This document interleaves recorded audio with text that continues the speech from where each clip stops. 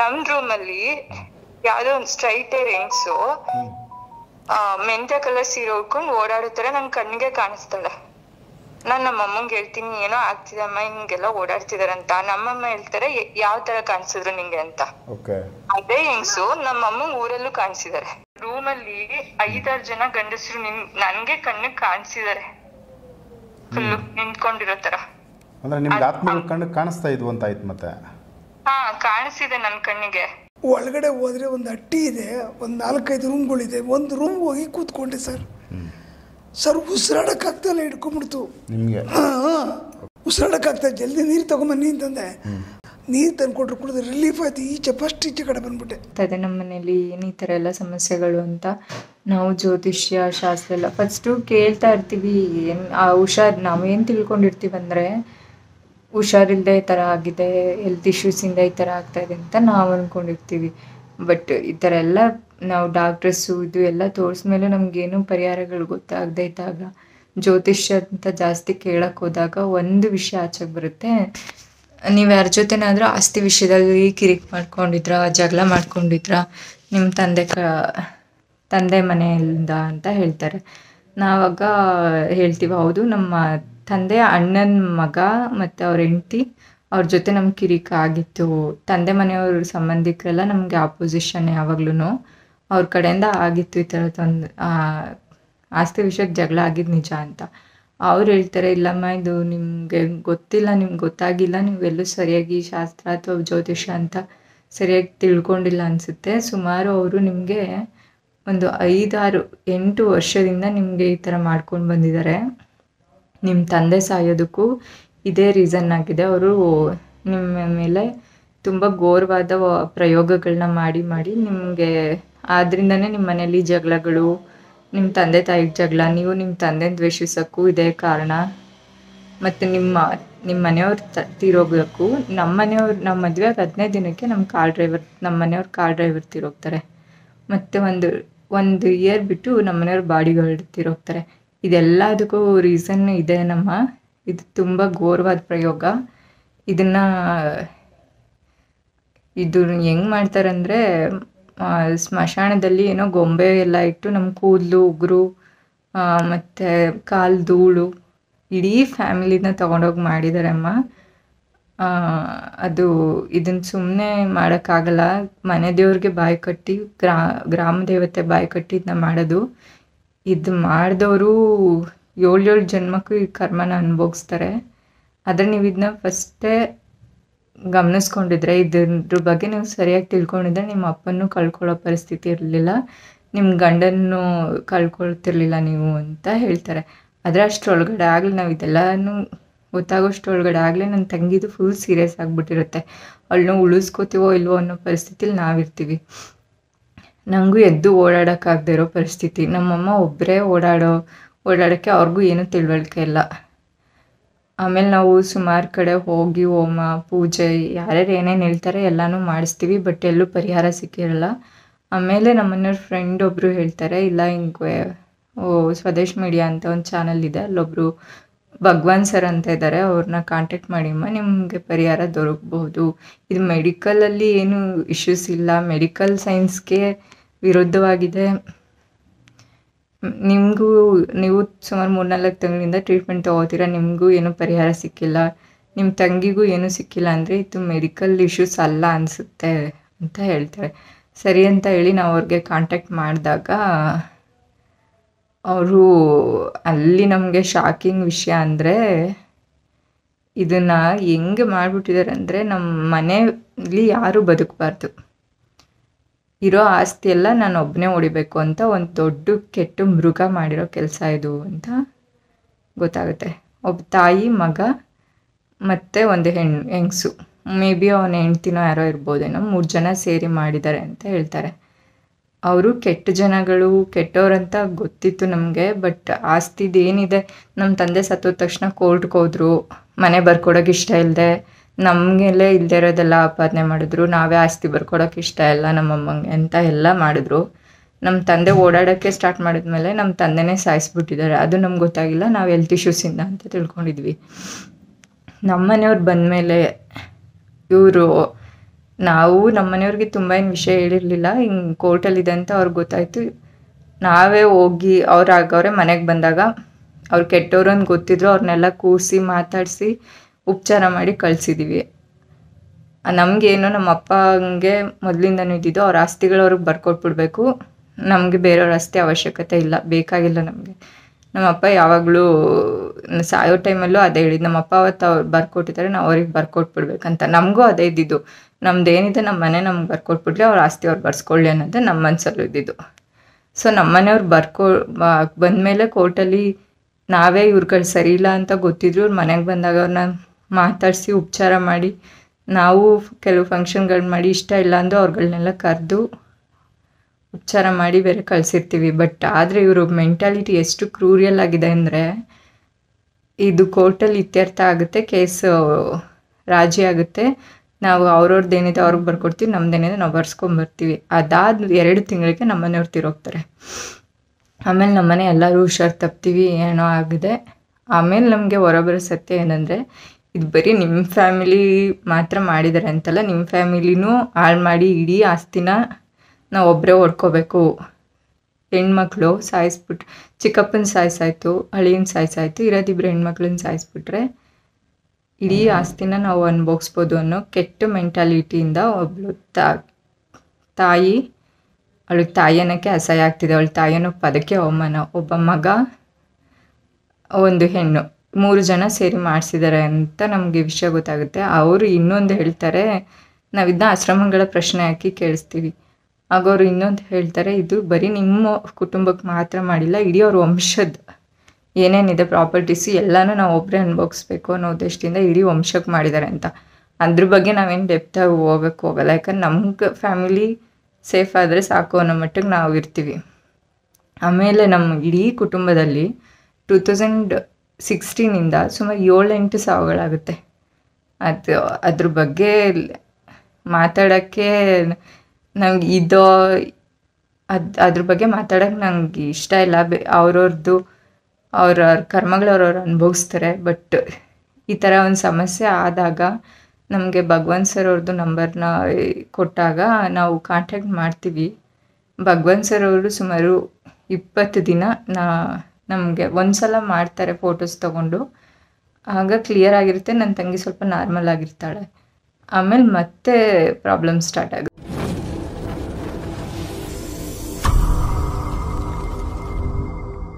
ನಮಸ್ಕಾರ ವೀಕ್ಷಕರೇ. ನಮಸ್ಕಾರ ವೀಕ್ಷಕ. ಸರ್, ಈಗ ನೀವು ಆತ್ಮಗಳ ವಿಚಾರಗಳಲ್ಲಿ ಆತ್ಮಗಳನ್ನ ತೆಗೆಯೋ ಕೇಸ್ಗಳನ್ನ ಸಾಕಷ್ಟು ಮಾಡಿದ್ದೀರಾ. ಕೆಲವು ಪ್ರಯೋಗಗಳು ನಮ್ಮ ಗಮನದಲ್ಲಿರೋದು ಏನಂದರೆ, ಯಾರೋ ಒಬ್ಬ ಮಾಂತ್ರಿಕರು ಯಾವುದೋ ಒಂದಷ್ಟು ಅಂದರೆ ಅತೃಪ್ತ ಆತ್ಮಗಳನ್ನು ಕಲೆಕ್ಟ್ ಮಾಡಿ ಮತ್ತು ಯಾರೋ ಒಬ್ಬ ವ್ಯಕ್ತಿಗೆ ಪ್ರಯೋಗ ಮಾಡಿ ಬಿಟ್ಬಿಡೋದು. ಕೆಲವ್ರು ಹೇಳ್ತಾರೆ, ಅವ್ರಿಗೆ ಯಾರೋ ಒಂದು ದ್ವೇಷಕ್ಕೋ ಇನ್ನೊಂದಕ್ಕೋ ನಮ್ಮ ಮೇಲೆ ಯಾವುದೋ ಒಂದು ಪ್ರಯೋಗ ಮಾಡಿ ಯಾವುದೋ ಆತ್ಮನ ನಮ್ಮ ಮೇಲೆ ಬಿಟ್ಬಿಟ್ಟಿದ್ದಾರೆ. ಆ ಥರ ಕೇಸುಗಳು ನಮಗೆ ಬರ್ತವೆ ನಮ್ಮ ಗಮನದಲ್ಲಿ. ಈ ಥರ ಒಂದು ಪ್ರಯೋಗ ಮಾಡಿ ಒಂದು ಆತ್ಮನ ಹಿಡಿದು ಇನ್ಯಾರ್ದೋ ಇನ್ನೊಬ್ಬರ ಮೇಲೆ ಅವ್ರಿಗೆ ತೊಂದರೆ ಕೊಡುವಂಥ ಕಳಿಸೋ ಅಂಥ ವಿಚಾರ. ಸೊ ಇದ್ರ ಬಗ್ಗೆ ಏನು ಕ್ಲಾರಿಟಿ ಕೊಡ್ತೀರಾ? ಇದು ಆಗುತ್ತಾ? ಇದು ಖಂಡಿತ ಆಗುತ್ತೆ. ನಾವು ಎಷ್ಟೋ ಸರಿ ಕೇಳ್ಕೊಂಡಿದ್ದೀನಿ ವಿಡಿಯೋ ಮುಖಾಂತರ, ದಯವಿಟ್ಟು ಯಾರಿಗೋ ಕೆಟ್ಟದನ್ನ ಮಾಡಬೇಡಿ, ಕೈಯಲ್ಲಾದರೆ ಒಳ್ಳೇದು ಮಾಡಿ, ಇಲ್ಲ ಸುಮ್ಮನಿದ್ಬಿಡಿ ಅಂತ ಎಷ್ಟೋ ಎಪಿಸೋಡ್ಗಳು ನಾನು ಹೇಳಿದ್ದೀನಿ. ನೀವು ಕಲ್ತಿರೋ ವಿದ್ಯೆ ಒಳ್ಳೆ ಕೆಲಸಕ್ಕೆ ಉಪಯೋಗಿಸಿ, ಕೆಟ್ಟ ಕೆಲಸಕ್ಕೆ ಬೇಡ ಅಂತ. ಯಾಕಂದರೆ ಒಂದು ಫ್ಯಾಮಿಲಿ, ಮೈಸೂರು ಹತ್ರ ಒಂದು ಫ್ಯಾಮಿಲಿ, ಕಿತ್ತೂರು ಹತ್ರ ಒಂದು ಫ್ಯಾಮಿಲಿ ಇದೆ, ಮೈಸೂರಿನಲ್ಲಿ ಒಂದು ಫ್ಯಾಮಿಲಿ ಇದೆ. ಕಿತ್ತೂರಿನಲ್ಲಿರ್ತಕ್ಕಂಥವ್ರಿಗೆ ಕೆಲವು ಪ್ರಾಪರ್ಟಿ ಇದೆ. 2 ಹೆಣ್ಮಕ್ಳು, ತಾಯಿ. ಈ ಪ್ರಯೋಗ ಏನು ಮಾಡಿದ್ದಾರೆ ಅಂತ ಅದು ನನ್ನ ಕಣ್ಣಿನ ದೃಷ್ಟಿಗೆ ಇವತ್ತವರೆಗೂ ಕಾಣಿಸ್ಲಿಲ್ಲ. ಬಟ್ ಆದರೆ ಅವ್ರ ಮನೆ ಒಳಗಡೆ ನನಗೆ ಹಾರ್ಟ್ ಅಟ್ಯಾಕ್ ಆಗೋ ಚಾನ್ಸಸ್ ಆಯಿತು. ಇವತ್ತಿಗೆ ಹೆಚ್ಚು ಕಮ್ಮಿ 15-20 ದಿವಸ ಆಯಿತು. 20 ದಿವಸದಿಂದನೂ 3 ಸರಿ ಹುಷಾರು ತಪ್ಪಿದ್ದೀನಿ. ಅವ್ರ ಮನೆ ಒಳಗಡೆ ಎದೆ ಹಿಡ್ಕೊಂಡು ಕೆಳಗಡೆ ಕೂತ್ಕೊಂಡ್ಬಿಟ್ಟೆ. ಕೊನೆಗೆ ನೀರು ತಂದು ಕುಡಿಸಿ ನನ್ನ ಹೊರಗಡೆ ಕರ್ಕೊಂಬಂದರು. ನನಗೆಲ್ಲೂ ಆ ಥರ ಆಗಲ್ಲ ಸಾಮಾನ್ಯವಾಗಿ. ನಾನು ಭಾಳಷ್ಟು ಕಡೆ ಹೋಗ್ತೀನಿ. ಆದರೆ ನಿಜವಾಗಲೂ ಅಲ್ಲಿ ಬಂದು ಉಳ್ಕೊಂಡ್ರೆ ಆತ್ಮಗಳು ನಮ್ಮನ್ನು ಮುಟ್ಟಲ್ಲ. ನಮ್ಮನ್ನು ಮುಟ್ಟಲ್ಲ. ನೀವು ಸಾಕಿರೋ ನಾಯಿ ಅವನು ಯಾರೋ ಬಂದ ನೋಡು ಅಂದರೆ ಕಚ್ತವೆ, ಬೀದಿ ನಾಯಿ ಕಚ್ಚಕ್ಕೆ ಬರಲ್ಲ. ಈ ಆತ್ಮಗಳು ಯಾವಾಗ ಪ್ರಯೋಗ ಮಾಡಿ ಕಳಿಸಿರ್ತಾರೆ, ಯಾರು ಸ್ವಾಮೀಜಿ ಅಂತ ಗೊತ್ತಾಗತ್ತೆ ಅಂಥ ವ್ಯಕ್ತಿಗಳನ್ನ ಲಾಕ್ ಮಾಡೋಕ್ಕೆ ಪ್ರಯತ್ನ ಮಾಡ್ತಾರೆ. ಅವ್ನು ತಿರ್ಗಾ ನಮ್ಮ ಮನೆ ಒಳಗಡೆ ಯಾರನ್ನೂ ಹಿಡಿಬಾರ್ದು. ಅದಕ್ಕೆ ಅವರು ನನ್ನ ಅಟ್ಯಾಕ್ ಮಾಡೋಕ್ಕೆ ನೋಡ್ತೇವೆ. ಅಂಥದ್ದೊಂದು ಕೇಸು. ಫಸ್ಟು ಅವ್ರ ಹತ್ರ ಮಾತಾಡಿ ಅವ್ರು ಏನು ತೊಂದರೆ ಅನ್ಭವಿಸೋದು ಕೇಳ್ಕೊಳ್ಳಿ, ಮಿಕ್ಕಿದ್ದು ನಾನು ಹೇಳ್ತೀನಿ. ಹಲೋ, ನಮಸ್ಕಾರ ಮೇಡಮ್. ನಾನಿಲ್ಲಿ ಸ್ವದೇಶ್ ಮೀಡಿಯಾದಲ್ಲಿ ಕೂತಿದ್ದೀನಿ. ಅರವಿಂದ್ ಸರ್ ಇದ್ದಾರೆ. ನಿಮ್ಮ ಇಡೀ ಹಿಸ್ಟ್ರಿ, ನಿಮ್ಗೆ ಏನು ತೊಂದರೆ ಆಯಿತು, ಎಷ್ಟು ಜನ ಇದಾಗಿದ್ದಾರೆ, ಪ್ರತಿಯೊಂದು ಸ್ವಲ್ಪ ಡೀಟೇಲ್ ಆಗಿ ಹೇಳಿ ಮೇಡಮ್. ನೀವಿರೋದೆಲ್ಲಿ ಏನು ಅಂತ ಹೇಳಿ. ನಿಮ್ಗೆ ಆಪ್ಷನ್ ಇಲ್ಲ ಅಂದರೆ ನೀವೇ ಸ್ಥಳ ಹೇಳೋದು ಬೇಡ, ಪರವಾಗಿಲ್ಲ ಅಂದರೆ ಹೇಳಿ. ಓಕೆ ಸರ್, ಆಯ್ತು. ನಮಸ್ಕಾರ ಮೇಡಮ್. ಹಾಂ ಸರ್, ನಮಸ್ತೆ. ಓಕೆ, ಯಾವ ಥರ ತೊಂದರೆ ನಿಮಗೆ ಅನುಭವಿಸ್ತಾ ಇದ್ರಿ ಮೇಡಮ್ ನೀವು? ಸರ್, ಅದೇನಾಯ್ತಂದ್ರೆ ನಮ್ದು ಊರು ಬಂದು ಕಿತ್ತೂರು, ಪಿರಿಯಾಪಟ್ಟಣ ತಾಲೂಕು. ನಮ್ಮ ತಂದೆ 2018 ಸತ್ತೋಗ್ತಾರೆ. ಅದಕ್ಕಿಂತ ಮುಂಚೆ 2 years ನಮ್ಮನೆ ತುಂಬಾ ಜಗಳ.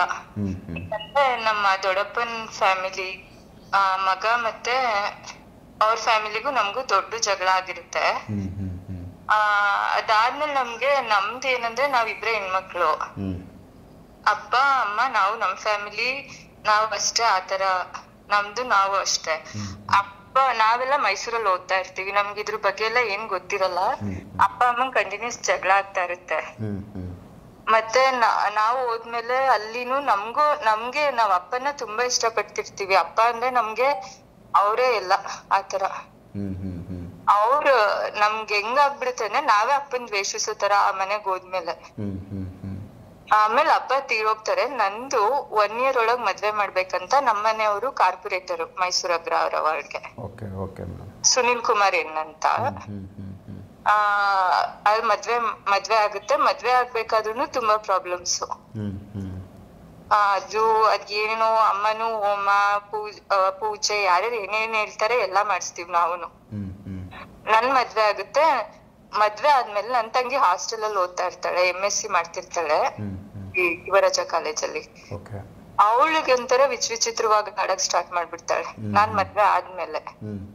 ಅವಳಿಗೆ ಯಾವ ಹುಡ್ಗನ್ ತೋರ್ಸಿದ್ರು, ನನ್ ಮದ್ವೆ ಆದ ತಕ್ಷಣ ಅಪ್ಪ ತೀರೋದ್ರು, ಮತ್ತೇನು ಪ್ರಾಬ್ಲಮ್ ಆಗ್ಬಾರ್ದು ಅಂತ ಅವಳಿಗೆ ತಕ್ಷಣ ಮದ್ವೆ ಮಾಡಕ್ ಟ್ರೈ ಮಾಡ್ತೀವಿ. ಯಾವ ಹುಡ್ಗನ್ ತೋರ್ಸಿದ್ರು ಒಪ್ಪಕ್ ರೆಡಿ ಇಲ್ಲ ಅವಳು.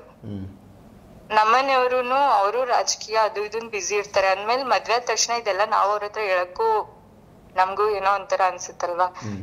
ಹಂಗಾಗಿ ಅವರು ನೋಡ್ತಾ ಇರ್ತಾರೆ ಹುಡ್ಗನ್ನ. ಅವರು ಹೋಮ ಎಲ್ಲಾ ನಾವು ಹೇಳಿದ್ದೆಲ್ಲ ಮಾಡಿಸ್ತಾ ಇರ್ತೀವಿ. ಏನಾಗ್ಬಿಡುತ್ತಂದ್ರೆ ಸಡನ್ ಆಗಿ 2022 ಚೆನ್ನಾಗಿರ್ತಾರೆ ನಮ್ಮನೆಯವರು. ನನ್ ಜೊತೆ ಚೆನ್ನಾಗೆ ಫೋನಲ್ಲಿ ಮಾತಾಡಿದಾರೆ. ಮಧ್ಯಾಹ್ನ ಇದ್ದಕ್ಕಿದ್ದಂಗೆ ಸಂಜೆ ನಾನ್ ಊರಲ್ಲಿ ಇರ್ತೀನಿ, ಕಾಲ್ ಬರುತ್ತೆ ನಿಮ್ಮನೆಯವರು ಇಲ್ಲ ಅಂತ. ನಮ್ಗೆ ಹೆಂಗಂದ್ರೆ ಆ ಶಾಕಿಂಗ್ ನಾವ್ ಬರಕ್ಕೆ ತುಂಬಾ ನಾವ್ ಹೇಳ್ಕೊಳಕ್ಕೂ ಆಗಲ್ಲ. ಆತರ ಆ ದಿನ ನಮ್ಗೆ ಲೈಫ್ ಅಲ್ಲಿ ಒಂಥರ ಅದು ವಿಚಿತ್ರನೇ ನಮ್ದು. ಹಂಗಾಗ್ಬಿಡುತ್ತೆ. ನಮ್ಗೆ ಏನಾಗ್ತಿದೆ ಅಂದ್ರೆ ತಕ್ಷಣ ನನ್ಗೆ ಏನಾಗುತ್ತೆ ಅಂದ್ರೆ ಒಂದ್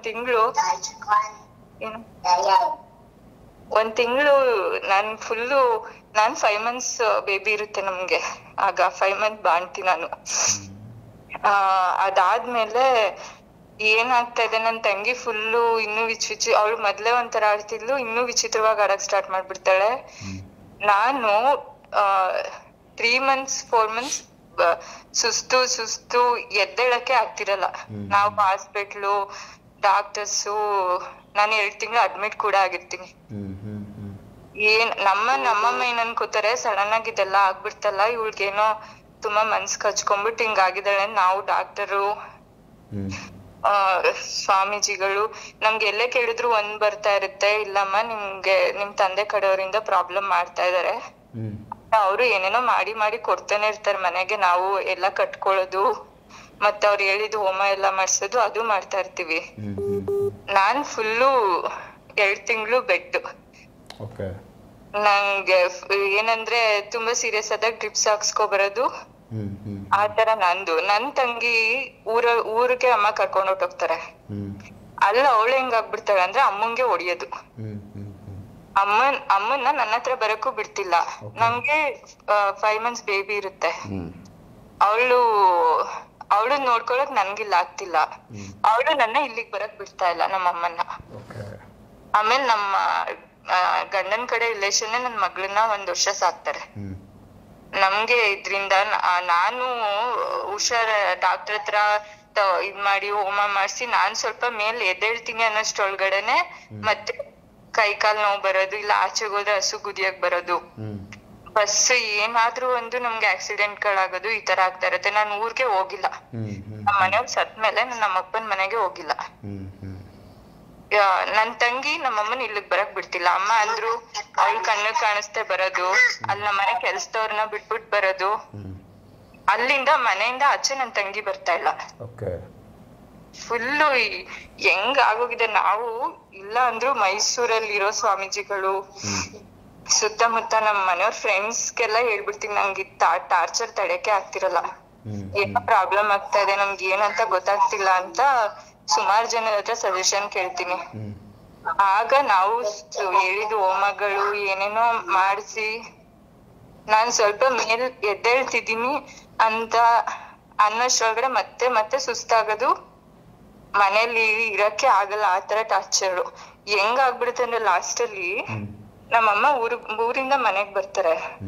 ನಮ್ ರೂಮ್ ಅಲ್ಲಿ ಯಾವ್ದೋ ಒಂದ್ ಸ್ಟ್ರೈಟ್ ಹೇರ್ ಹೆಂಗ್ಸು ಮೆಂತ್ಯ ಕಲರ್ ಸೀರೆ ಉಟ್ಕೊಂಡು ಓಡಾಡುತ್ತಾರೆ. ನನ್ ಕಣ್ಣಿಗೆ ಕಾಣಿಸ್ತಾಳೆ. ನಾನ್ ನಮ್ಮಮ್ಮಂಗೆ ಹೇಳ್ತೀನಿ, ಏನೋ ಆಗ್ತಿದೆ ಅಮ್ಮ, ಹಿಂಗೆಲ್ಲ ಓಡಾಡ್ತಿದಾರಂತ. ನಮ್ಮಮ್ಮ ಹೇಳ್ತಾರೆ, ಯಾವ ತರ ಕಾಣಿಸಿದ್ರು ನಿಂಗೆ ಅಂತ. ಅದೇ ಹೆಂಗ್ಸು ನಮ್ಮಮ್ಮ ಊರಲ್ಲೂ ಕಾಣಿಸಿದಾರೆ. ಸೊ ಅಂದ್ರೆ ನಿಮ್ಮ ಫ್ಯಾಮಿಲಿ ಸುತ್ತ ಇದೆ, ಓಡಾಡ್ತಾ ಇದೆ ಅಂತ ಆಯ್ತು. ಮತ್ತೆ ಅದ್ ಏನಾಗ್ತಿದೆ ಅಂದ್ರೆ ನಮ್ಗೆ ಡೀಟೇಲ್ ಗೊತ್ತಿರಲ್ಲ. ನಮ್ಗೆ ಏನಂತ ಹೇಳಿದಾರೆ ಕೆಲವು, ನಾವು ತುಂಬಾ ಶಾಸ್ತ್ರದವ್ರ ಹತ್ರನು ಕೇಳಿದೀವಿ. ಹೋಮ ಗಿಮ ಎಲ್ಲ ಏನೋ ಪ್ರೇತ ಬಾಧೆ ಅಮ್ಮ ಇದೆ ನಿಮ್ ಮನೇಲಿ ಅಮ್ಮ, ಏನೋ ತೊಂದ್ರೆ ಆಗ್ತಾ ಇದೆ ಅಂತ ಅವರು ಮಾಡೋದೆಲ್ಲ ಮಾಡಿ ಕೊಟ್ಟಿದಾರೆ. ಇಲ್ಲ ಅಂದ್ರೆ ನಾವ್ ಇಲ್ಲಿ ತನಕ ಬರಕ್ಕೆ ಆಗ್ತಿರ್ಲಿಲ್ಲ. ನಾ ಹಾಸ್ಪಿಟ್ಲಲ್ಲೇ ಸತ್ತೋಗ್ತಿದ್ನೇನೋ, ಆತರ ಆಗ್ತಿತ್ತೇನೋ, ಹಂಗಾಗಿದೆ. ಆಮೇಲೆ ನಮ್ಮಮ್ಮ ಹೇಳ್ತಾರೆ, ಸೇಮ್ ಸೀರೆ ಹುಟ್ಟಿರೋದಮ್ಮ ನಮ್ಗೂ ಕಾಣಿಸ್ತು ಊರಲ್ಲಿ ಅಂತ ನಮ್ಮಮ್ಮ ಹೇಳ್ತಾರೆ. ಆಗ ನಾನು ಅದನ್ನ ನಮ್ಮನೆಯವ್ರ ಫ್ರೆಂಡ್ ಒಬ್ರಿದ್ದಾರೆ, ಅವ್ರ ಹೆಂಡತಿ ಹತ್ರ ಹಿಂಗೆಲ್ಲ ಆಗ್ತಾ ಇದೆ, ಮನೆಯೊಳಗ್ ಇರಕ್ಕೆ ಆಗ್ತಿಲ್ಲ, ಲೈಟ್ ಎಲ್ಲ ಬ್ಲಿಂಕ್ ಆಗೋದು. ನಾನ್ ಫೋನಲ್ಲಿ ಮಾತಾಡಿದ್ರೆ ಫೋನ್ ಫುಲ್ ನಂಗೆ ಇದುವರೆಗೂ 3-4 ಫೋನ್ ಆಗೋಗಿದೆ, ಕೆಟ್ಟೋಗಿದೆ. ಆಮೇಲೆ ನಾನು ಆಚೆಗೆ ಹೋದ್ರೆ ಹಸುಗಳು ಅಟ್ಟಾಡ್ಸ್ಕೊಂಡ್ ಎಷ್ಟು ಇಲ್ಲ ಅಂದ್ರೆ 3-4 ಸಲ ನಾನು ಆಕ್ಸಿಡೆಂಟ್ ಇಂದ ಜೀವಂತವಾಗಿ ಉಳ್ದಿದೀನಿ. ನನ್ ತಂಗಿ ಅಂತೂ 3 ವರ್ಷ ಆಯ್ತು ಮನೆಯಿಂದ ಆಚೆ ಬಂದಿಲ್ಲ. ಏನೋ ಹೋಮ ಪೂಜೆ ಮಾಡಿಸ್ದಾಗ 4 ದಿನ ಚೆನ್ನಾಗ್ ಕೂತಿರ್ತಾಳೆ, ಮತ್ತೆ ರಿಪೀಟ್ ಅದೇ ತರ ಆಗ್ತಾಳೆ. ಅಮ್ಮಂಗೆ ಹೊಡಿಯೋದು. ಅಂದ್ರೆ ಮನೇಲೇ ಇದಾರೆ ಈಗಲೂ? ಈಗ ಏನ್ ಮಾಡಿದ್ವಿ ಅಂದ್ರೆ ನನ್ ಫ್ರೆಂಡ್ ಒಬ್ಳು ಹಿಂಗೊಂದ್ ಸಜೆಷನ್ ಮಾಡಿದ್ಲು, ಇಲ್ಲ ಮೇಡಮ್ ನೀವು ತುಂಬಾ ಟ್ರೈ ಮಾಡಿದೀರಾ, ಸುಮಾರು ದುಡ್ಡು ಕಳ್ಕೊಂಡಿದೀರಾ, ಕಳ್ಕೊಂಡಿದೀರಾ, ನೋಡಿ ಇದು ಒಂದ್ ಟ್ರೈ ಮಾಡ್ಬಿಡಿ, ಇವ್ರು ಭೂತಗಳನ್ನ ಹಿಡಿತಾರಂತೆ, ನಿಮ್ಗೆ ಇದೇ ಸಮಸ್ಯೆ ಅಂತ ಅಂದಾಗ ಇದೇ ನೋಡೋಣ ಅಂತ ಹೇಳ್ತಾರೆ. ಸರಿ ಅನ್ಬಿಟ್ಟು ನಾವು ಸ್ವದೇಶ್ ಮೀಡಿಯಾಗ ಹೋಗಿ ಅವ್ರು ಫಸ್ಟ್ ಹೇಳ್ತಾರೆ ಅರವಿಂದ್ ಸರ್ನೇ ಕಾಂಟ್ಯಾಕ್ಟ್ ಮಾಡಿ, ಅವರು ನಿಮ್ಗೆ ಬೇಕಾದ ಸ್ವಾಮೀಜಿಗಳು ಅವ್ರಿಗೆ ಗೊತ್ತಾಗುತ್ತೆ ಇದ್ ಮಾಡ್ತಾರೆ ಅಂತ ಹೇಳ್ತಾರೆ. ಆಮೇಲೆ ಅವರು ಗುರುಗಳದ್ದು ನಂಬರ್ ಕೊಡ್ತಾರೆ, ಭಗವಂತ್ ಸರ್ದು. ನಾವು ಹೋಗ ಅವ್ರಿಗೆ ಕಾಂಟ್ಯಾಕ್ಟ್ ಮಾಡಿ ಎಲ್ಲ ಹೇಳ್ತೀವಿ, ಹಿಂಗೆಲ್ಲ ಆಗಿದೆ, ಇದು 4 years ಅಲ್ಲಿ ನಮ್ಮನೆ ಇಬ್ರು ಸತ್ತೋಗಿದ್ದಾರೆ, ಮತ್ ನನ್ ತಂಗಿ ಹೊರಗಡೆಯಿಂದ ಮನೆಯಿಂದ ಆಚೆ ಬಂದೆ 3 ವರ್ಷ ಆಗಕ್ ಬಂದಿದೆ. ನಮ್ಮನೆಯವ್ರು ಇದ್ದಾಗ ಅಂದ್ರೆ ಅವಳು ಸ್ವಲ್ಪ ನಮ್ಮನೆಯವ್ರಿಗೆ ಎದ್ರುಕೊಂಡು ಅಥವಾ ಏನೋ ಅದ್ ಏನಂದ್ರೆ ನಮ್ಗೆ ಗೊತ್ತಾಗದೆ ಇರೋ ತರನು ಅವಳಿಗೆ ಪ್ರಾಬ್ಲಮ್ ಆದ್ರೂ ನಮ್ ಕಣ್ ಮುಂದೆ ಕಾಣಿಸ್ಕೋತಿರ್ಲಿಲ್ಲ. ನಮ್ಮನೆಯವ್ರು ಸತ್ ಮೇಲೆ ನನ್ಗೂ ಜಾಸ್ತಿ, ನಮ್ಮನೆಯವ್ರು ಇದ್ದಾಗ್ಲಿಂದನೂ ಪ್ರಾಬ್ಲಮ್ ನಮ್ಮ ಅಪ್ಪ ಸತ್ತಾಗ್ಲಿಂದನೂ ಸ್ಟಾರ್ಟ್ ಆಗಿದೆ. ನಮ್ಗದು ಗೊತ್ತಾಗಕ್ಕೆ ಬಿಟ್ಟಿಲ್ವೋ ಏನೋ ನಮ್ಗ್ ಗೊತ್ತಿಲ್ಲ. ಆಮೇಲೆ ಭಗವಾನ್ ಸರ್ ಹತ್ರ ಎಲ್ಲ ಹೇಳ್ತೀವಿ, ಹಿಂಗೆಲ್ಲ ಆಗಿದೆ. ಆಲ್ಮೋಸ್ಟ್ ನಿಮ್ದೆಲ್ಲ ಸಮಸ್ಯೆ ಬಗೆಹರಿದಿದೆ ಮೇಡಮ್? ಎಲ್ಲ ಕಂಪ್ಲೀಟ್ ಈಗ ಅದು ರಿಮೂವ್ ಮಾಡಿದ್ದಾರೆ. ಒಂದ್ಸಲ ನಿಮ್ಮ ತಂಗಿದು ಮತ್ತೆ ನಿಮ್ದು ನಿಮ್ಮ ಅಮ್ಮನ ಫೋಟೋ ಕಳ್ಸಿ ಅಂತ ಹೇಳ್ತಾರೆ. ನಮ್ಗೆ ಫೋಟೋಲ್ ಏನಾಗುತ್ತೆ ಸರ್ ಅಂತ ನಮ್ಗೆ ನಾವ್ ಅವ್ರದ್ದು ವಿಡಿಯೋಸ್ ಏನು ನೋಡಿರಲ್ಲ. ನನ್ ಫ್ರೆಂಡ್ ನೋಡಿ ಎಲ್ಲಾ ವಿಡಿಯೋ ಅವ್ರದ್ದು ಕಂಟಿನ್ಯೂಸ್ ಫಾಲೋ ಮಾಡಿದ್ದಾರೆ ನಿಮ್ದು ಸುರೇಶ್ ಮೀಡಿಯಾ. ಅವರು ನೋಡ್ಬಿಟ್ಟೆ ಅವ್ರದ್ದು ವಿಡಿಯೋ ಫುಲ್ ನೋಡಿದಾರೆ ಅವ್ರದ್ದು. ಹಂಗಾಗಿ ನಾನ್ ಕೇಳ್ತೀನಿ ಇವ್ರು ಏನು ಬರೀ ಫೋಟೋ ಕಳ್ಸಿ ಅಂತ ಇದಾರೆ, ಹೆಂಗ್ ನಂಬರ್ ಇವ್ರನ್ನ ಅಂತ ನಾ ಕೇಳ್ತೀನಿ. ಅವರು ನಿಮ್ ತಂಗಿದು ತುಂಬಾ ಪ್ರಾಬ್ಲಮ್ ಇದೆ, ನಿಮ್ದು ನಿಮ್ಮ ಅಮ್ಮನಿಗೆ ಎಲ್ಲಾರ್ದು ಪ್ರಾಬ್ಲಮ್ ಇದೆ, ಫೋಟೋಸ್ ಕಳ್ಸಿ ಅಂತ ಹೇಳ್ತಾರೆ. ಅವಾಗ ಫೋಟೋಸ್ ಕಳಿಸ್ತಾರೆ. ಸರ್ ಫೋಟೋ ತಗೊಂಡಾದ್ಮೇಲೆ ನಿಮ್ದು ಸಮಸ್ಯೆ ಅವ್ರು ತಿಳಿಸಿದ್ದಾರೆ, ಮತ್ತೆ ಅದಾದ್ಮೇಲೆ ಪರಿಹಾರ ಕೊಡ್ತಾರೆ. ಮೇಲೆ ನನ್ ತಂಗಿ ಒಂದ್ ವಾರ ಬಿಟ್ಟು ಮನೆಯಿಂದ ಹೊರಗ್ ಬರ್ತಾಳೆ. ಸೊ ಈಗ ಎಲ್ಲಾ ಕಡೆ ಓಡಾಡ್ತಾರೆ? ಇಲ್ಲ, ಒಂದ್ ವಾರ ಹೊರಗಡೆ ಬರ್ತಾಳೆ ಫೋಟೋ ತೆಗ್ದು ಇದ್ ಮಾಡಿದ್ಮೇಲೆ. ಆಮೇಲೆ ನಾನು ಸ್ವಲ್ಪ ಫುಲ್ ಒಂದ್ ಕೆಲ್ಸ ಮಾಡೋದು, ಸುಸ್ತಾಗೋದು, ಮಲ್ಕೊಳ್ಳೋದು, ಇದೇ ಆಗಿರುತ್ತೆ ನನ್ ಕತೆನೋ. ನಂದು ಫುಲ್ ಕ್ಲಿಯರ್ ಆಗಿ ನಾನು ಹೊರಗಡೆ ಓಡಾಡಕ್ಕೆ ಈಸಿ ಆಗುತ್ತೆ. ನನ್ ತಂಗಿ ಏನಾಗುತ್ತೆ ಅಂದ್ರೆ ಮತ್ತೆ ಒಂದು ತಿಂಗಳು ಹೊರಗಡೆ ಇರ್ತಾಳೆ, ಇದಕ್ಕಿದ್ದಂಗೆ ನಮ್ಮ ತಾಯಿ ತಂದೆ ತಿರ್ಕೊಂಡ್ಬಿಡ್ತಾರೆ. ಅಲ್ಲಿಗೆ ಹೋಗಿ ಬಂದು ಮತ್ತೆ ಫುಲ್ ಹುಷಾರ್ ತಪ್ಪಿಡ್ತಾಳೆ. ಸೊ ಈಗ ಬಂದು ಅಂದ್ರೆ ಆ ಸಮಸ್ಯೆ ಈಗ ಒಂದ್ ಲೆಕ್ಕಕ್ಕೆ ಕ್ಲಿಯರ್ ಆಗಿದೆಯಾ? ನಾನ್ ಮತ್ತೆ ಕಾಲ್ ಮಾಡ್ತೀನಿ, ನೀವೇನೋ ಮಾಡಿದೀರಾ ಅಂದ್ರಿ, ಈಗ ಮತ್ತೆ ನನ್ ತಂಗಿ ಹುಷಾರ್ ತಪ್ಪಿದಾಳೆ ಅಂತ ನಾ ಕಾಲ್ ಮಾಡ್ತೀನಿ. ನನ್ಗೆ ಪರವಾಗಿಲ್ಲ, ಓಕೆ, ಆದ್ರೆ ನನ್ ತಂಗಿದ್ ಮತ್ತೆ ರಿಪೀಟ್ ಆಗ್ತಿದೆಯಲ್ಲ, ಏನ್ ಮಾಡೋದಂತ. ಆಗ ಅವ್ರು ಹೇಳ್ತಾರೆ, ಇಲ್ಲಮ್ಮ ನಿಮ್ ಮನೆ ಚೆಕ್ ಮಾಡ್ಬೇಕಾಗುತ್ತೆ, ಇದು ಮತ್ತೆಲ್ಲ ತೆಗೆದ್ಮೇಲೆ ಮತ್ತೆ ಬರಂಗಿಲ್ಲ, ಹಂಗೇನಾದ್ರು ಬಂದ್ರೆ ಇದು ಬೇರೆ ತರ ಏನೋ ಪ್ರಯೋಗ ಮಾಡಿ ಪದೇ ಪದೇ ಬಿಡ್ತಿದಾರೆ ಅನ್ಸುತ್ತೆ, ನಿಮ್ ಮನೆಗ್ ಬಂದ್ ಚೆಕ್ ಮಾಡ್ಬೇಕಾಗತ್ತೆ ಅಂತ. ನಾವ್ ಸರಿ ಸರ್ ಬನ್ನಿ ಅಂತ ಹೇಳ್ತೀವಿ. ಅವರು ನಮ್ ಮನೆ ಚೆಕ್ ಮಾಡಿ ನಮ್ ಕಿತ್ತೂರ್ ಮನೆಗೂ ಬರ್ತಾರೆ. ಅದು ಏನೋ ಚಾರ್ಜಸ್ ಆಗುತ್ತೆ ಅಂತ ಹೇಳಿ ಅದೆಲ್ಲ ಪೇ ಮಾಡ್ತೀವಿ, ಬರ್ತಾರೆ. ಬಂದ ಮೇಲೆ ಅಲ್ಲಿ ಹೇಳ್ತಾರೆ, ನೀವ್ ಮೊದ್ಲು ಈ ಮನೆ ಖಾಲಿ ಮಾಡಿಮ್ಮ, ಈ ಮನೆ ತುಂಬಾ ತುಂಬ್ಕೊಬಿಟ್ಟಿದೆ, ಸ್ಮಶಾನ ಮಾಡ್ಬಿಟ್ಟಿದಾರೆ ನಿಮ್ ಮನೆನ, ಪ್ರಯೋಗಗಳು ನಡೆಸಿ ಇನ್ನೊಂದು ವಾರ, ಇನ್ನೊಂದ್ 10-15 ದಿನ ಇದ್ದು ನಿಮ್ ತಂಗಿ ಉಳಿಯಲ್ಲ ಅಂತ ಹೇಳ್ತಾರೆ. ಆದ್ರೆ ಅವಳು ಮನೆ ಬಿಟ್ಟು ಬರಕ್ ಹೋಗ್ತಾ ಇಲ್ಲ. ಆ ಮನೆ ಖಾಲಿ ಬಾಮ್ಮ ಆಚೆಗೆ ಎಲ್ಲ ನಮ್ ನೆಂಟ್ರಿಷ್ಟು ಕರೆದು ಹೇಳ್ಸಿದ್ರು ಬರ್ತಾ ಇಲ್ಲ. ಇಲ್ಲ ಗುರುಗಳ ಅವ್ರು ಬರ್ತಾ ಇಲ್ಲ ಅಂದಾಗ ಇವ್ರು 10 ದಿನ ಕಂಟಿನ್ಯೂಸ್ ಏನೋ ವರ್ಕ್ ಮಾಡ್ತಾರೆ. ಆಮೇಲೆ ಈಗ ಮೈಸೂರ್ ಶಿಫ್ಟ್ ಮಾಡಿದೀವಿ ಅವಳನ್ನ. 70% ಇನ್ನು ಮಾಡ್ತಾ ಇದಾರೆ, 70% ಓಕೆ ಆಗಿದ್ದಾಳೆ. ಅದ್ರ ಜೊತೆಗೆ ನಾವು ಅವಳಿಗೆ ಸುಮಾರು 6 ತಿಂಗಳಿಂದ ನಾವು ಡಾಕ್ಟರ್ ಹತ್ರ ತೋರ್ಸೋಣ ಅಂತ ಅದು ಮಾಡ್ತಾ ಇದೀವಿ. ಈಗ ಗುರುಗಳು ಬಂದ್ಮೇಲೆ 70% ಈಗ ನಾರ್ಮಲ್ ಆಗಿ ಬರ್ತಾ ಇದ್ದಾಳೆ. ನಂದೆಲ್ಲ ನಮ್ದು ಈಗ ನಾನು ಓಕೆ ನನ್ ಲೈಫ್ ನಾನ್ ಮಾಡ್ಬೋದು ಅನ್ನೋ ತರ ಆಗಿದೆ. ಈ ತರ ನಮ್ಮ ಸ್ವಂತದವರಿಂದ ಈ ತರ ಎಲ್ಲಾ ಮಾಡ್ತಿದಾರೆ, ಹಿಂಗೆಲ್ಲ ಸಾವುಗಳೆಲ್ಲ ಹಿಂಗಾಯ್ತು ಅಂತ ನಮ್ಗೆ ಹೆಂಗಾಗೋಗುತ್ತೆ ಅಂದ್ರೆ ನಮ್ ತಂಗಿ ಸಿಚುವೇಶನ್ ನೋಡ್ಬಿಟ್ಟು ನಾವ್ ಯಾರು ಬದುಕಲೇಬಾರ್ದು. ನಾವು ಹೆಂಗಾಗೋಗಿತ್ತಂದ್ರೆ ಸೂಸೈಡ್ ಮಾಡ್ಕೊಳ್ಳೋ ಅನ್ನೋ ಮಟ್ಟಿಗೆ ಹೊಟ್ಟೋಗಿದ್ವಿ ನಾವು ಇಡೀ ಫ್ಯಾಮಿಲಿ. ಅಂದ್ರೆ ತುಂಬಾ ಸಮಸ್ಯೆ ಅನುಭವಿಸಿದೀರಾ? ನಮ್ಮಮ್ಮ, ನಾನು, ನನ್ ತಂಗಿ, ನನ್ ಮಗಳು. ಇಲ್ಲ ನನ್ ಮಗಳು ನೋಡ್ಕೊಳಕ್ ಯಾರಿಲ್ಲ, ನನಗ್ ಹುಷಾರಿಲ್ಲ, ಅಲ್ಲಿ ನನ್ ತಂಗಿಗ್ ಹುಷಾರಿಲ್ಲ. ನಮ್ಮ ಅಮ್ಮನ ಕೈಲಿ ಏನು ಮೇಂಟೈನ್ ಮಾಡಕ್ ಆಗಲ್ಲ, ಅವ್ರಿಗೆ ಗೊತ್ತು ಇಲ್ಲ ಏನು, ಎಲ್ಲ ಅಪ್ಪ ಮಾಡ್ತಿದ್ರು. ಇಲ್ಲಿ ಬಂದ್ಮೇಲೆ ನಮ್ ಮನೆಯವ್ರು ಮಾಡ್ತಾ ಇದ್ರು. ಫುಲ್ಲು ಹೆಂಗಾಗ್ಬಿಡುತ್ತೆ ಅಂದ್ರೆ ಇವ್ರು ಕೊಡ್ತಿರೋ ಟಾರ್ಚರ್ಗಳಿಗೆ ಹೆಂಗ ಆಗ್ತಿತ್ತು ಅಂದ್ರೆ ನಮ್ ಕಣ್ ಮುಂದೆನೆ ಕಾಣ್ಸಕ್ ಸ್ಟಾರ್ಟ್ ಆಗ್ಬಿಟ್ಟಿದೆ. ನಾವು ಇವ್ರು ನಮ್ ನೆಂಟ್ರಲ್ಲ, ಯಾರು ಅಲ್ಲ, ಯಾರಿದು ಅನ್ನೋ ಮಟ್ಟಿಗೆ ಆಗೋಗಿತ್ತು. ಸೊ ಇವತ್ತು ಅವೆಲ್ಲ ಸಮಸ್ಯೆ ಬಗೆಹರಿದಿದವಲ್ಲ ಮೇಡಮ್? ಈಗ ನಮ್ಮನೆ ಏನು ಕಾಣಿಸ್ತಿಲ್ಲ. ನಮ್ದು ಹೆಂಗಂದ್ರೆ ಬಚ್ಚಲ ಮನೆಗಳಲ್ಲಿ ಡೋರ್ ಲಾಕ್, ಅವ್ರ ಲಾಕ್ ಮಾಡ್ತಾ ಇದ್ವಿ, ಯಾರು ಡೊಡ್ಡ ಅಂತ ಸೌಂಡ್ ಮಾಡೋದು. ಆಮೇಲೆ ನಮ್ಗೆ ರೂಮ್ ಅಲ್ಲಿ 5-6 ಜನ ಗಂಡಸರು ನನ್ಗೆ ಕಣ್ಣಿಗೆ ಕಾಣಿಸಿದಾರೆ, ಫುಲ್ ನಿಂತ್ಕೊಂಡಿರೋ ತರ. ಅಂದ್ರೆ ನಿಮ್ಗೆ ಆತ್ಮಗಳು ಕಣ್ಣಿಗೆ ಕಾಣಿಸ್ತಾ ಇದ್ವು ಅಂತ ಆಯ್ತು ಮತ್ತೆ? ಕಾಣಿಸಿದೆ ನನ್ ಕಣ್ಣಿಗೆ. ನಂಗೆ ನಂಬಕ್ಕೆ ಆಗ್ತಿಲ್ಲ. ಈಗ ನಾನ್ ಯಾರಿಗಾರು ಹೇಳಿದ್ರೆ ನಿಮ್ ಭ್ರಮೆ ಅಂತ ಅಂತಿದಾರೆ.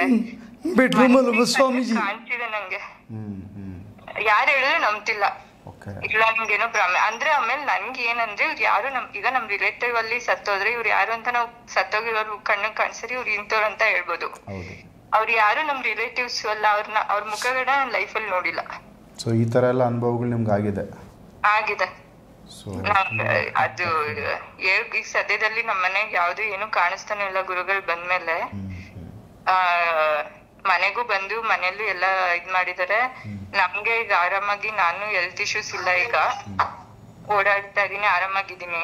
ನಮ್ ತಂಗಿದು ತುಂಬಾ ಅವರು ಅವಳ ಮೇಲೆ ಟಾರ್ಗೆಟ್ ಮಾಡಿರೋದ್ರಿಂದ ಅವಳು ಮದ್ವೆನೂ ಆಗ್ಬಾರ್ದು, ಅವಳು ಏನು ಅವಳ ಲೈಫಲ್ಲಿ ಅಂದ್ರೆ ನಮ್ದು ಏನಾಗಿದೆ ಅಂದ್ರೆ ಆಸ್ತಿ ಅಮ್ಮ ಜಾಯಿಂಟ್ ಅಕೌಂಟ್ ಮಾಡಿದಾರೆ, ಅವಳೆಲ್ಲೂ ಸೈನ್ ಹಾಕಕ್ ಬರ್ಬಾರ್ದು. ಅವಳನ್ನ ಫುಲ್ ಇದ್ ಮಾಡ್ಬಿಟ್ರೆ ಇನ್ಇವ್ರು ಅವಳು ಇಲ್ಲ ಅಂದ್ರೆ ಇವ್ರು ಹೆಂಗ್ ಬದುಕ್ತಾರೆ? ಈಗಾಗ್ಲೇ ಅಪ್ಪನ್ ಕಳ್ಕೊಂಡಿದ್ದಾರೆ, ಅಳಿಯನ್ ಕಳ್ಕೊಂಡಿದ್ದಾರೆ, ಮಗಳನ್ನು ಕಳ್ಕೊಂಡ್ರೆ ಇವ್ರು ಬದುಕದೇ ಇಲ್ಲ ಅಂತ ಅವ್ರಿಗೆ ಗೊತ್ತು. ಅದಕ್ಕೆ ಅವಳ ಮೇಲೆ ಈ ತರ ಟಾರ್ಗೆಟ್ ಮಾಡಿ ಆತರ ಮಾಡಿ ನಮ್ಮನೇಲಿ ಹೆಂಗಾಗೋಗಿತ್ತಂದ್ರೆ ಬಾಗ್ಲು ಬಡಿಯೋದು. ಕಿತ್ತೂರ್ ಮನೆಯಲ್ಲಿ ನಮ್ದು ತುಂಬಾ ದೊಡ್ಡ ಮನೆ, ಫುಲ್ಲು ನನ್ ತಂಗಿಗೆ ಹೆಂಗೆ ಅವಳು ಸುಮ್ನೆ ಒಬ್ಬೊಬ್ಳೆ ನಗದು, ತಿಂಡಿ ತಟ್ಟೆ ಎಲ್ಲ ಎಸೆಯೋದು, ಮನೆ ಪಾತ್ರೆ ಎಲ್ಲ ಎಸೆಯೋದು. ನಾವು ಇಲ್ಲ ಅಂದ್ರು ಸರ್ ನೀವು ನಂಬ್ತಿರೋ ಬಿಡ್ತಿರೋ, ನಮ್ಮ ಅಪ್ಪ ತೀರೋದ್ಮೇಲೆ ನಮ್ಗೆ ಇದ್ರ ಬಗ್ಗೆ ಐಡಿಯಾ ಇಲ್ಲ. ನಮ್ಮ ಅಪ್ಪ ನಮ್ಗೆ ಹೆಂಗ್ ಸಾಕಿದ್ರಂದ್ರೆ ಒಳ್ಳೇದು ಕೆಟ್ಟದ್ ಹೇಳ್ಕೊಟ್ಟೇ ಇಲ್ಲ, ಆ ತರ ಸಾಕಿದ್ರು ನಮ್ಮಪ್ಪ. ಇವ್ರು ಈ ತರ ಇದೊಂದಿದೆ, ಹಿಂಗೆಲ್ಲ ಮಾಡ್ತಾರೆ, ನಾವೇನೋ ಮನೆ ದೇವ್ರ ಪೂಜೆ ಮಾಡೋದು, ಹೋಮ ಮಾಡ್ಸೋದು ಇಷ್ಟು ಅನ್ಕೊಂಡಿದ್ವಿ.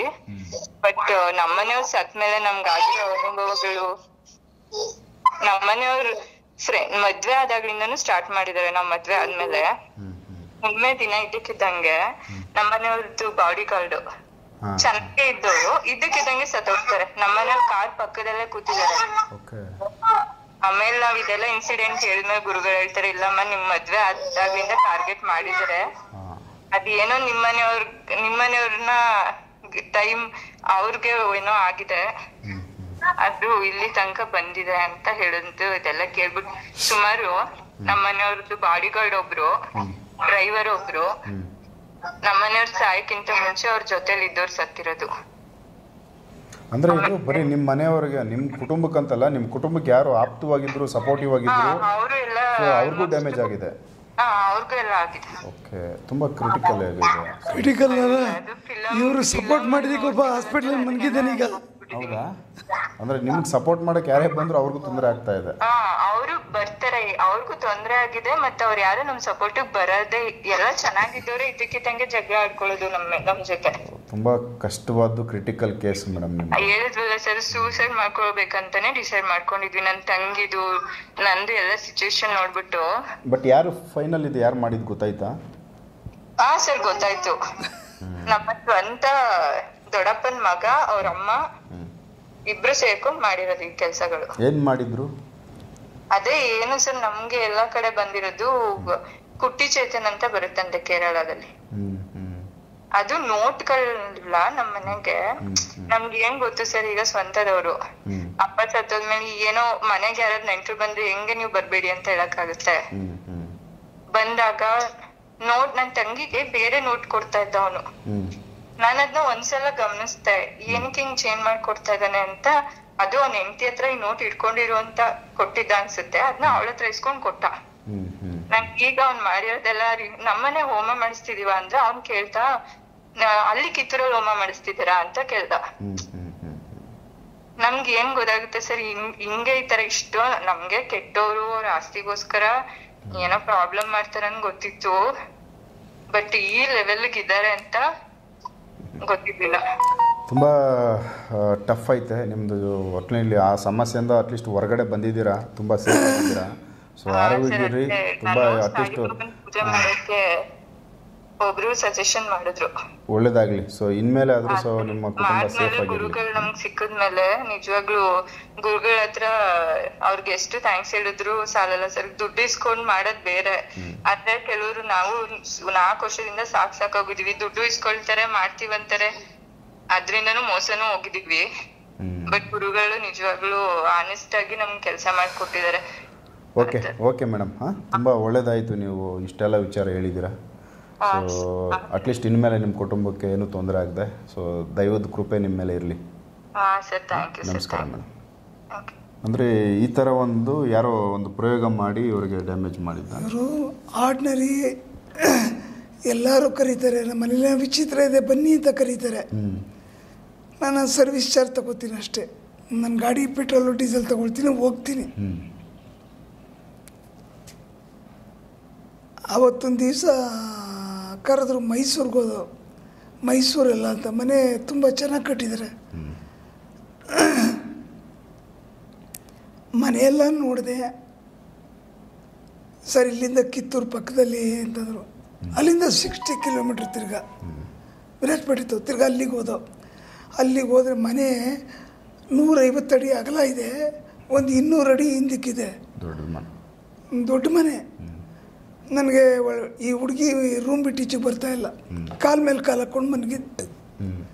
ನಾನು ನೋಡಿದೆ, ಹಿಂಗೆ ಏನೂ ಗೊತ್ತಿಲ್ಲದಂಗೆ ಮನಗಿದೆ. 25 ನಿಮಿಷ ಇದ್ದೀವಿ, ಅಲ್ಲಿವರೆಗೂ ಎದ್ದು ಬಂದಿಲ್ಲ ಈಚೆ ಕಡೆ. ಒಳಗಡೆ ಹೋದರೆ ಒಂದು ಅಟ್ಟಿ ಇದೆ, ಒಂದು 4-5 ರೂಮ್ಗಳಿದೆ. ಒಂದು ರೂಮ್ ಹೋಗಿ ಕೂತ್ಕೊಂಡೆ ಸರ್. ಸರ್ ಉಸಿರಾಡೋಕ್ಕಾಗ್ತಲ್ಲ, ಹಿಡ್ಕೊಂಬಿಡ್ತು ನಿಮಗೆ. ಓಕೆ, ಉಸಿರಾಡೋಕ್ಕಾಗ್ತಾ, ಜಲ್ದಿ ನೀರು ತೊಗೊಂಬನ್ನಿ ಅಂತಂದೆ.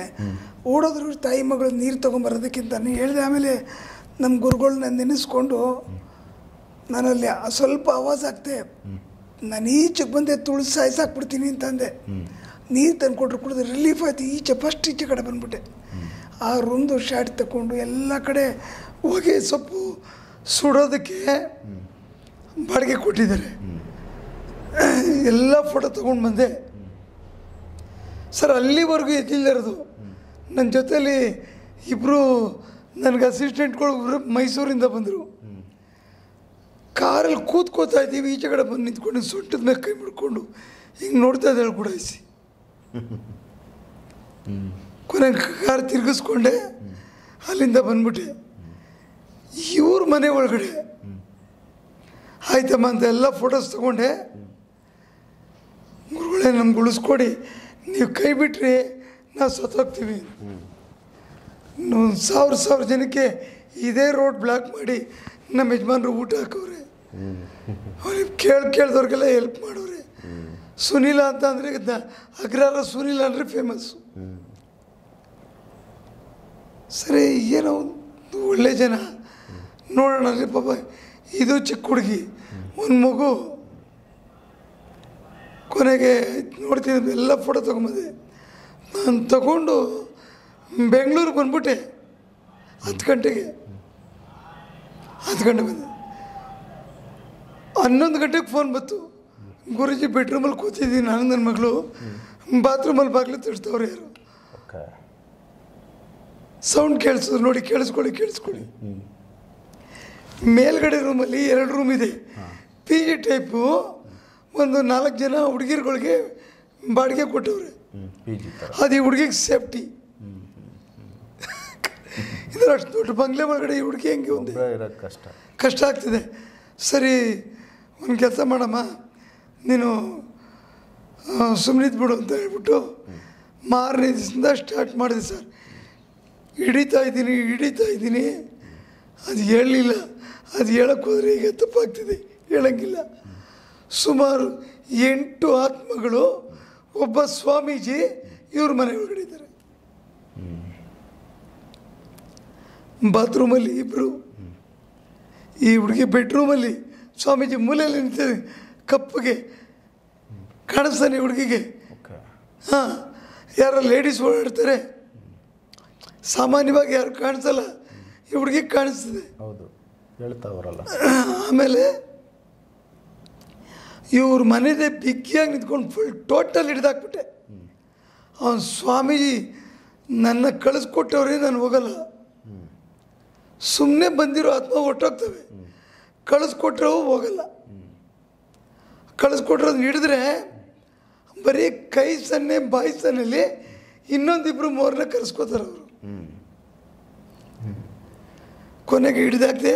ಈ ಹುಡುಗಿ ಫ್ರೀ ಆಗಿಬಿಟ್ರು, ಫುಲ್ ಬಾಡಿ ಆರಾಮಾಗ್ಬಿಡ್ತು. ಕಲ್ಕೊಂಡು ಓಡಾಡ್ಸು. ಆಮೇಲೆ ಅವ್ರ ತಾಯಿ ಮನೆ ಸ್ಟಾರ್ಟ್ ಮಾಡಿದೆ. ತಾಯಿ ಮನೆ ಸ್ಟಾರ್ಟ್ ಮಾಡಿ ಏನು ಎಳಿತಾ ಇದ್ದೀನಿ. ಅವ್ರ ತಾಯಿಗೆ ಪ್ಲಾಸ್ಟಿಕ್ ಚೇರ್ ತೊಗೊಂಡು ಹೊಡೆದಾಕ್ಬಿಡೋಳು. MSc ಮಾಡೋಳು ಪಾಪ. ಅವ್ರ ತಾಯಿ ಅಲ್ಲಿಂದ ಫೋನ್ ಮಾಡಿದ್ರು, ಗುರುಜಿ ನಮ್ಮ ಮಗಳು ಸ್ನಾನಕ್ಕೆ ಹೋಗದೆ ಬೆಳಗ್ಗೆ 11 ಗಂಟೆಗೆ ಹೋದ್ರೆ ಸಾಯಂಕಾಲ 5 ಗಂಟೆಗೆ ಈಚೆ ಬರೋದು. ಏನು ಮಾಡ್ತಿದ್ದೆ ನನಗೆ ಆಮೇಲೆ ವಿಷಯ ಗೊತ್ತಾಯಿತು. ಏನು ಮಾಡ್ತಿದ್ಲು, ಅಲ್ಲೇ ಕಳಿಸ್ತಂತ 2-3 ಗಂಡು ಆತ್ಮಗಳು 7 ಜೊತೆಲಿ ಇರ್ತಾಯಿತ್ತು. ನನ್ನ ಮಕ್ಕಳನ್ನ ಹಿಡಿದಾಕ್ತೆ. ಆಮೇಲೆ ಅರ್ಧ ಗಂಟೆ 3/4 ಗಂಟೆಗೆ ಸ್ನಾನ ಮಾಡ್ಕೊಂಬರಕ್ಕೆ ಸುರೋದು. ಒಂದು ಸರಿ ಎಗರಾಡೋಳು, ಒಂದು ಸರಿ ಕೂಲಾಗ್ಬಿಡೋಳು. ಮೊದಲು ಫಸ್ಟು ಶಿಫ್ಟ್ ಮಾಡಿ ಅಲ್ಲಿಂದ ಅಂದೆ. ಎಲ್ಲ ನಾನು ಮಾಡ್ಕೊಂಡು ಕೂತ್ಕೊಳ್ಳೋಕ್ಕಾಗಲ್ಲಮ್ಮ, 15 ರೂಮ್ ಅವೆ, ಎಷ್ಟು ದಿವಸ ಅಂತ ಮಾಡ್ಕೊಂಡು ಕೂತ್ಕೊಳ್ಳೋ ಕೈಲಿ ಆಗಲ್ಲ, ಫಸ್ಟು ಶಿಫ್ಟ್ ಮಾಡಿ ಅಲ್ಲಿಂದ ಅಂದೆ. ಬೀಗ ಹಾಕಿ ಇಮ್ಮಿಡಿಯೇಟು ಅಲ್ಲಿಂದ ಶಿಫ್ಟ್ ಮಾಡಿಬಿಟ್ರು. ಮೈಸೂರಿಗೆ ಮನೆ ಮಾಡಿಬಿಟ್ರು. ಮೈಸೂರಿಗೆ ಮನೆ ಮಾಡಿ ಇವಾಗ 10 ದಿವಸ ಆಗಿರ್ಬೋದು. ಬರಲ್ಲ ಅಂತ ಗಲಾಟೆ ಮಾಡಿಲ್ಲ, ಆಮೇಲೆ ಬಂದ್ಬಿಟ್ಲು ಈಸಿಯಾಗಿ. ಬಂದ ತಕ್ಷಣ ಫಸ್ಟು ಅಕ್ಕನಿಗೆ ಹೊಡೆದ್ಲು, ತಾಯಿಗೆ ಹೊಡೆದ್ಲು. ನಮ್ಮೂರಿಂದ ಯಾಕೆ ಬೀಗ ಹಾಕ್ಸಿದ್ರಿ, ಪೊಲೀಸ್ ಕಂಪ್ಲೇಂಟ್ ಕೊಡ್ತೀನಿ, ನಾನು ಹೋಗ್ಬೇಕು. ಅಂದರೆ ಇಷ್ಟೊಂದು ಆತ್ಮಗಳು ಒಂದೇ ದೇಹದಲ್ಲಿದ್ದಾಗ ಕೆಲವು ಟೈಮ್ ಮನುಷ್ಯನ ಮೈಂಡು ಲೂಸ್ ಆಗುತ್ತೆ. ನನಗೆ ಒಬ್ಬರು ಕ್ವಶನ್ ಕೇಳಿದ್ರೆ ಕರೆಕ್ಟಾಗಿ ಉತ್ತರ ಕೊಡ್ಬೋದು, ಇಬ್ಬರು ಕೇಳಿದ್ರೆ ಇಬ್ಬರು ಕೊಡ್ಬೋದು. 15 ಜನದ ಮೈಂಡ್ ವರ್ಕು ನನ್ನ ತಲೆ ಒಳಗಡೆ ಇದ್ದರೆ ನಾನು ಏಕ್ದಮ್ ಲೂಸ್ ಆಗ್ತೀನಿ. ಏನೇ ರೆಡಿ ಮಾಡಿ ಆತ್ಮಗಳೆಲ್ಲ ಹೊರಗಡೆ ಬಂದ್ಬಿಟ್ರು ಮೆಂಟಲ್ ಕೇಸ್ ಥರ ಲೂಸಾಗೆ ಹಾಡ್ತಕ್ಕಂಥದ್ದು ಬಂದ್ಬಿಡ್ತಿದೆ. ಆತ್ಮ ಇದ್ದಾಗ ರ್ಯಾಶ್, ಹೊಡೆಯೋದು, ಬಡಿಯೋದು, ಬೈಯೋದು ಇದು ಬರ್ತಾ ಇರ್ತಿದೆ. ಸೊ ಅವೆಲ್ಲ ಇದ್ದು ತಲೆ ಕೆಡಿಸಿ ಆವಾಗ ಡಾಕ್ಟ್ರು, ಸೈಕ್ಯಾಟ್ರಿಕ್ ಡಾಕ್ಟ್ರುಗಳು ಕೆಲವು ಟೈಮ್ ಅವ್ರ ಕಡೆಯಿಂದ ಹೆಲ್ಪ್ ಆಗುತ್ತೆ. ನಾನು ಅವ್ರಿಗೆ ಸಜೆಸ್ಟ್ ಮಾಡಿದೆ. ಈಗ ನಿನ್ನೆಯಿಂದ ಆ ಹುಡುಗಿಗೆ ಸ್ವಲ್ಪ ಅವರು ಕ್ಲಾಸ್ ತಗೋತಾ ಇದ್ದಾರೆ. ಸೈಲೆಂಟಾಗಿ ಕೂತ್ಕೊಂಡು ಅವ್ರು ಹೇಳಿದ್ದು ಕೇಳಿಸ್ಕೋತಾ ಇದ್ದಾಳೆ. ಟೋಟಲ್ ಫ್ಯಾಮಿಲಿ ಒಳಗಡೆ ಅಷ್ಟು ಕಷ್ಟದಿಂದ ಈಚೆಗೆ ಬಂದಿದ್ದಾರೆ. ನಿಜವಾಗ್ಲೂ ಇದು ಇಷ್ಟು 1000 ಕೇಸ್ಗಳಲ್ಲಿ ಈ ಥರನೂ ಜನ ಮಾಡ್ತಾರ?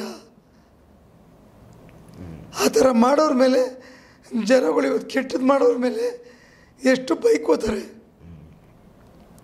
ಕಣ್ಣಕ್ಕೆ ಕಾಣಿಸ್ದೆ ದುಡ್ಡು ಖರ್ಚು ಮಾಡಿ ಯಾವನೋ ದುಡ್ಡು ತಿಂತಾನೆ ಮಾಡಿಬಿಡ್ತಾನೆ. ಅನುಭವಿಸೋರು ಇಡೀ ಫ್ಯಾಮಿಲಿ. ಈಗ ನಾನು ಕೈ ಹಾಕಲಿಲ್ಲ ಅಂದರೆ ಆ ಹುಡುಗಿ ಸಾಯೋದು ಗ್ಯಾರಂಟಿ. ಟೋಟಲ್ ಕುಟುಂಬ ಡ್ಯಾಮೇಜ್ ಆಗೋದು, ಫುಲ್ ಕುಟುಂಬ ಸರ್. ಅವ್ರು ನನಗೊಂದು ಮಾತು ಹೇಳಿದ್ರು, ಸರ್ ನಿಮ್ಮ ನಂಬರ್ ನಂಬೇಡಿ ಮಾಡಿ, ನನಗೆ ಬರೀ ಅಡ್ವಾನ್ಸ್ ಕೊಟ್ಟಿದ್ದಷ್ಟೇ, ಇಲ್ಲಿವರೆಗೂ ಇನ್ನು ನಿಜವಾಗ್ಲೂ ಹೇಳ್ತೀನಿ 1 ರೂಪಾಯಿ ಮುಟ್ಟಿಲ್ಲ ಸರ್. ಸತ್ಯವಾಗಲೂ ಕಾರ್ಪೊರೇಟ್ರ್ ಕುಟುಂಬ ಅಂದರೆ ದುಡ್ಡು ಕಾಸು ಇರ್ತದೆ. ಅವರು ಅಷ್ಟು ಹೀನಾಯ ಸ್ಥಿತಿಗೆ ಬಂದ್ಬಿಟ್ಟಿದ್ದಾರೆ. ಕೊನೆಗೆ ಅವ್ರ ತಾಯಿ, ಗುರುಗಳೇ ನನ್ನ ಮಗಳು ನುಡಿಸ್ಕೊಡಿ, 1 ಎಕರೆ ಬರ್ಕೊಟ್ಬಿಡ್ತೀನಿ ನಿಮಗೆ. ನಾನು ಏನು ಹೇಳಿದೆ ಕೇಳಿಸ್ಕೊಳ್ಬೇಕಾರೆ ಕೈ ಮುಗಿದ್ಬಿಟ್ಟು, ನಿನ್ನ ಎಕರೆ, ನಿನ್ನ ಜಮೀನು ನನಗೇನು ಬೇಡ, ನಾನು ಮಾಡಿದ್ದು ಕರೆಕ್ಟಾಗಿದ್ದರೆ, ನಿಮ್ಮನ್ನು ಉಳಿಸ್ಕೊಟ್ಟಿದ್ರೆ ನೀವು ಜಮೀನು ಮಾರ್ಕೊಳ್ಳಿ, ನನಗೇನು ಕೊಡಬೇಕು ನನ್ನ ತಲುಪಿಸಿ ಸಾಕು. ನಾನು ಕೇಳಿಲ್ಲ ಸರ್. ನಾಳೆನೇ ಬನ್ನಿ, ನೀವು ಕೆಲಸ ಸ್ಟಾರ್ಟ್ ಮಾಡೋಕ್ಕೆ ಮುಂಚೆ ಬರ್ಕೊಡ್ತೀನಿ ಇದ್ರು. ಇದೇ ಹುಡುಗಿ ಹೇಳ್ತು. ಕೈ ಮುಗಿದಿದೆ, ಬೇಡಮ್ಮ ನನಗೆ ಅಂದೆ. ನಾನು ಮಾಡಿದ ಕೂಲಿ ಕೊಡಿ ಸಾಕು. ಅವ್ರ ನಂಬಿಕೆ ಬಂತು. ತಾಯಿ ಮಗಳಿಗೆ ಯೋಚನೆ ಮಾಡಿ ಗುರುಜಿಗೆ ದುಡ್ಡು ತಗೊಂಡು ಕೊಡಬೇಕು, ಮಾಡಬೇಕು. ನಾನು ಆನ್ಲೈನಲ್ಲಿ ತಗೊಳ್ಳಲ್ಲ, ಬೆಂಗಳೂರಿಗೆ ಬಂದೆ, ನೀವು ಕೊಟ್ಬಿಟ್ಟು ಹೋಗ್ಬೇಕು ಅಂತ. ಚೆನ್ನಾಗಿದ್ದಾರೆ ಈಗ. ಸೊ ಈಗ ಆರಾಮಿದ್ದಾರೆ, ಸೂಪರ್. ಸೊ ವೀಕ್ಷಕರೇ, ಇದೊಂದು ಯಾರಾದರೂ ಈ ಥರ ಒಂದು ಪ್ರಯೋಗಗಳು ಮಾಡೋರು, ಯಾವುದೋ ಆತ್ಮಗಳನ್ನು ಯಾರೋ ಇನ್ನೊಬ್ಬರ ಮೇಲೆ ಪ್ರಯೋಗ ಮಾಡಿ ಕಳಿಸ್ಕೊಡೋ ಅಂಥದ್ದು ವಿಚಾರ. ಇಲ್ಲಿ ಸೇಮ್ ಅದೇ ಥರದ್ದೇ ವಿಚಾರ ಆಗಿದ್ದು ಆ ಘಟನೆ. ಇದನ್ನು ಸ್ವಲ್ಪ ಬಾನಮತಿ ಪ್ರಯೋಗ ಅಂತಾರೆ. ಇರಲಿ, ಅದು ಯಾವುದೇ ಪ್ರಯೋಗ ಆಗಲಿ, ಬಟ್ ಆತ್ಮಗಳು ಯಾವುದೋ ಒಬ್ಬ ಮಂತ್ರವಾದಿ ಕಳಿಸ್ಕೊಡ್ತಾರೆ, ಹೋಗಿ ಅವರಿಗೆ ತೊಂದರೆ ಕೊಡ್ಬೇಕು ನೀವು ಅಂತ. ಸೊ ಆ ಥರದ ಕೇಸು. ಸೊ ಅದು ಈವರೆಗೆ ಈ ಕುಟುಂಬಕ್ಕೆ ತೊಂದರೆ ಮಾಡಿದ್ದು. ಆಲ್ಮೋಸ್ಟ್ ಸುಮಾರು ಸಾವುಗಳಾಗಿದ್ದಾವೆ, ತುಂಬ ಕಷ್ಟಕ್ಕೆ ಸಿಕ್ಕಾಕೊಂಡಿದ್ರು. ಇವ್ರಿಗೂ ಸಾವು ನೋವು ಸಮಸ್ಯೆ ಎದುರಾಗಿತ್ತು, ಬಟ್ ಇವತ್ತು ಅವರು ಸೇಫ್ ಆಗಿದ್ದಾರೆ. ಸೊ ಈ ವಿಚಾರ ನಿಮ್ಮ ಗಮನಕ್ಕೆ ತೊಗೊಂಬಂದಿದ್ದೀವಿ. ಇದು ಕೂಡ ನಮ್ಮ ಸಮಾಜದಲ್ಲಿ ನಡೀತಾ ಇದೆ ಅಂತ.